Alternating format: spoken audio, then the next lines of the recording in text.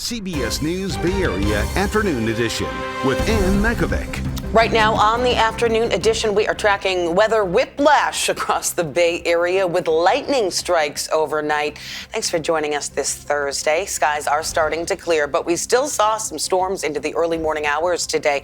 National Weather Service posted this video from near Sassoon Bay. They also reported small hail in parts of the Bay Area, while CAL FIRE out of San Mateo and Santa Cruz say that they had 173 lightning strikes over the past 24 hours. Lightning hit this house in Brentwood, starting a fire in the attic. This is on Anderson Avenue off Walnut Boulevard. Fire officials say that strike hit a weather vane at around midnight. There were people inside the home, but nobody was hurt. And we have some new video of some of our lightning overnight. My friend Dominique caught this strike over downtown San Francisco, just part of an unusual weather week, a little bit of everything. Taking a live look outside right now, the clouds giving way to more blue skies. Just in time for the weekend. Well, it's almost here. Let's get over to meteorologist Jessica Birch. You know it's never too early to start talking about it.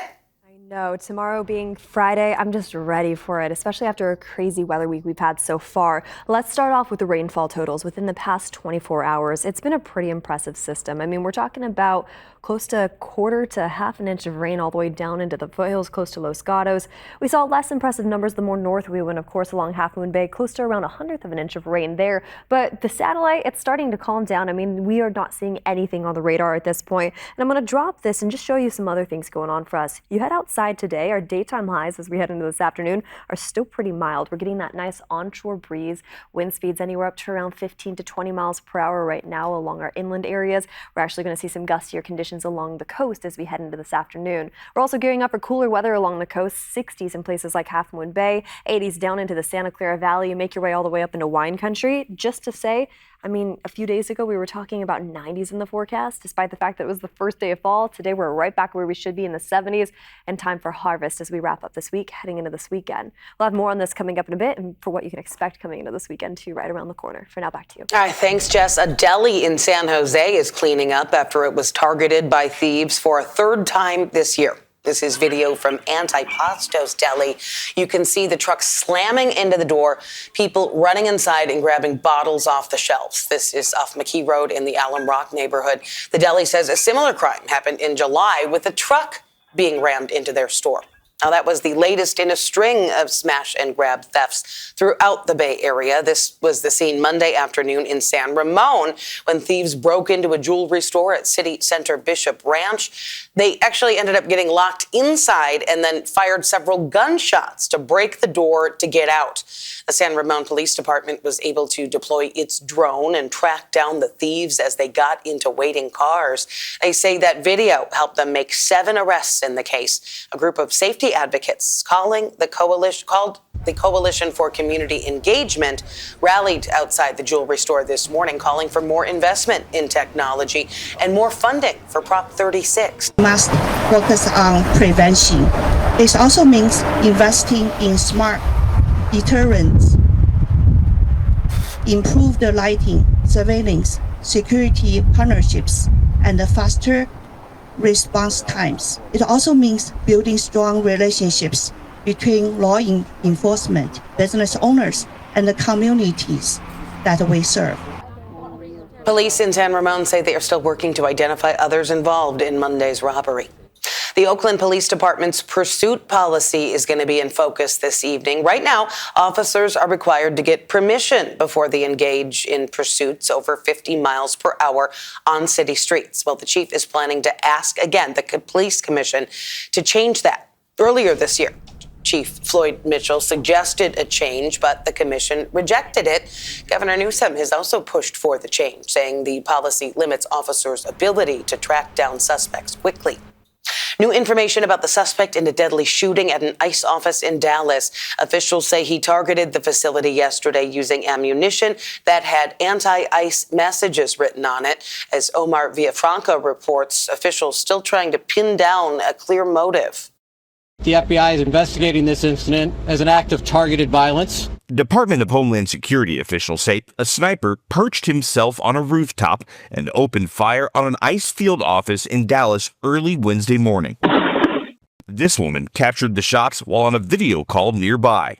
Officials say the gunman shot 3 detainees in a van just outside the building, killing 1. No ICE agents were injured. Acting ICE Director Todd Lyons. There was no way he could have known detainees were in that vehicle.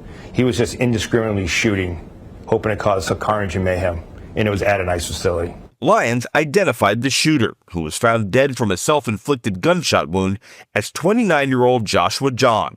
Court records in Texas show he pleaded guilty in 2016 on a narcotics charge involving marijuana. Law enforcement was seen scouring homes in North Texas and Oklahoma linked to the gunman. The FBI pointed to a possible motive. Early evidence from rounds that were found near the suspected shooter contain messages that are anti-ICE in nature. As the Trump administration has doubled down on immigration enforcement, DHS says attacks against ICE agents have increased by around 1,000% since the president took office, including a bomb threat just last month at this same facility. This violence may also have a chilling effect on immigrants who are pursuing legal status. What does this do to the migrant community in this area? Very scary. I know a number of immigrants are going to be a lot more hesitant to make these check-ins, to go down to the courthouse. Lyons says his concern is for everyone's safety. One person being killed is one too many. We can't have this going on at ICE facilities. Now, we don't know the names of the victims yet, but the Mexican consulate says one of the people who was injured was a Mexican citizen. In a social media post, DHS Secretary Kristi Noem ordered increased security at ICE facilities and detention centers nationwide.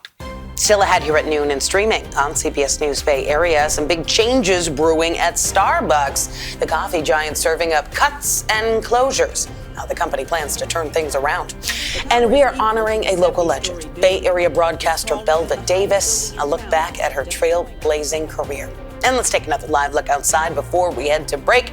This is the view over downtown San Francisco. Those blue skies are really trying to move back in. We'll be right back. Well, President Trump expected to sign an executive order today approving a deal to keep TikTok running in the U.S. Under the deal, TikTok's China-based parent company, ByteDance, would sell its U.S. assets to a group of American investors. That includes the app's algorithm, which would be retooled to run only on American user data. That aligns with a new law aiming to limit Chinese influence. Bay Area-based Oracle would oversee the algorithm and provide security. Larry Ellison is Oracle's co-founder. His son David is chairman and CEO of Paramount, a Skydance Corporation, which is the parent company of CBS. Bitter news brewing at Starbucks. The coffee giant announced it's going to close about 1% of its stores across North America and lay off 900 corporate employees. This is part of CEO Brian Niccol's efforts to revive the coffee chain. The restructuring could cost the company close to $1 billion. We don't know yet if any Bay Area locations or jobs will be affected. And Sonoma County plastics recycling startup Resynergy says it is leaving California after backlash over its planned operations in the North Bay. The company, which turns plastic waste into fuel and new materials, is blaming regulatory hurdles, permitting issues, and they say there are better economic incentives elsewhere. CEO Brian Bauer confirmed the move amid community opposition to its facility in Rohnert Park. No word yet on a new location. All right, back to our first alert weather. Let's take another live look outside. That layer of clouds there in the bottom of your screen. Let's check back in with meteorologist Jessica Birch. Let me show you that layer of clouds and all the leftover showers that brought in some pretty impressive rainfall totals for some of us here in the Bay Area. Let's start off with those rainfall totals down into the Santa Clara Valley. Okay, it was closer to around 1/100 of an inch of rain down near San Jose, but just along the foothills and all the way up in places like Los Gatos, just within the past 24 hours, we've seen close to around 1/2 inch of rainfall. Now that layer of clouds, it's still holding on tight to us here in the Bay Area as we head into the next 24 hours. We'll start to warm up and dry up a lot more into our Friday forecast, but let me turn this off and let's also show you what you can expect as you head outside today. Because the other thing to mention too, we're gearing up for those onshore showers to bring in, onshore winds to bring in gusts anywhere up to around 20 to 25 miles per hour. At the same time, those onshore winds are keeping us nice and cool and cloudy along the coast. A little bit warmer in our inland spots today. We're holding on tight to 80s off into the East Bay, 70s up into wine country. Of course, it's harvest right now up there, and we're continuing to keep a close eye on the conditions for everyone working hard outside. Down into the Santa Clara Valley, we're also dealing with 80s 80s in the forecast today. Let's talk a little bit more about those winds. Right now, sitting around 15 to 20 miles per hour. We'll watch that get a little bit gustier into the 1, 2 o'clock hour. We're going to hold on tight to about 20 to 25 mile per hour winds along the coast into this afternoon. But let's take a look at the next 7 days too, because you take a look at the differences from this week into next week. We're holding on tight to 90s as we kick off this weekend. We're back to the 70s by Sunday as low pressure rolls in, and then we're gearing up for some showers too Monday heading into Tuesday.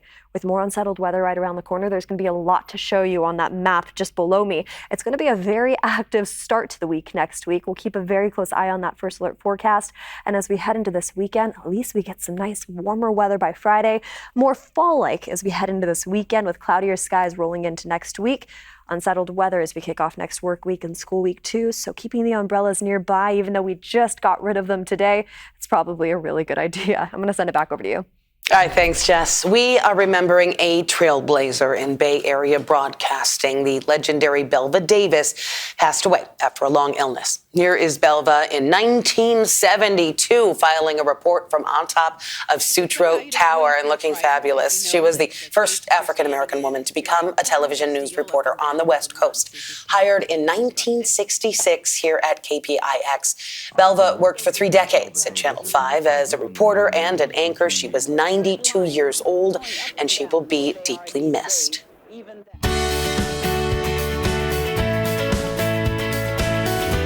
The concept of the modern-day service dog turns 50 years old this year, and it started with a Sonoma County woman who has trained dogs to serve people from troubled youth to military veterans. Sharon Chin introduces us to this week's CBS News Bay Area Icon Award winner.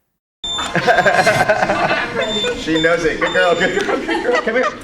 For Poppy, the service dog in training, many things are possible, according to Dr. Bonnie Bergen. It's exceptional what these dogs are able to do. We brush their teeth.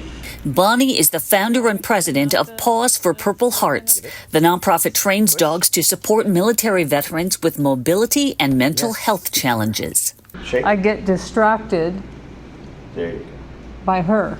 Bonnie shook up the idea of what canine companions could do back in 1975. She was a teacher who wanted to help people living with disabilities. What can we do to get them out and about on their own? And I just sat there and I went, dogs. Dogs could do it.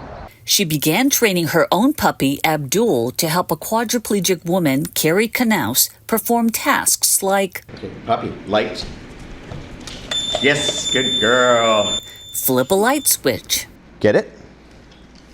And pick up keys off the floor. Nearly 100 commands became Bonnie's training template. In 1991, she founded what's now known as the Bergen College of Canine Studies, the first campus of its kind dedicated to training service dogs. What? Paws for Purple Hearts began as a Bergen College research project and became its own Sonoma County nonprofit in 2011 to help combat veterans find healing. They help them love again. Trusting and loving are the 2 missing links that the dogs are so great at bringing back. Tug? Ralph Avalon found relief from PTSD, taking part in the nonprofit's signature therapy program, helping train dogs in a variety of tasks so they could become service dogs for other military veterans. You can really be dragged down mentally, and working with the dogs just brought me a new sense of self and centered me. Tug? Ralph now volunteers training Poppy. She's one of 200 dogs that the nonprofits deployed to touch the lives of more than 20,000 people. Paws for Purple Hearts has expanded from the Bay Area and California to Alaska, Texas, Virginia, and Washington. And even after its headquarters moved to Oregon last year, Bonnie, at age 80, still leads the pack. Brainstorming new ways for dogs to bring love and support. When one of those kids, the child of one of those veterans, comes to us and turns to the dog and says, "Thank you for giving me my dad back," I think for all of us, that is, nothing could say it better. Puppy, turn. So for training service dogs for 50 years, this week's CBS News Bay Area Icon Award goes to Dr. Bonnie Bergen. And you can nominate a community hero for a CBS News Bay Area Icon Award on our website, kpix.com/icon. Coming up, the 49ers back in action on Sunday, the team's biggest hurdle as they work to stay undefeated. Coming up next in our Red and Gold Report.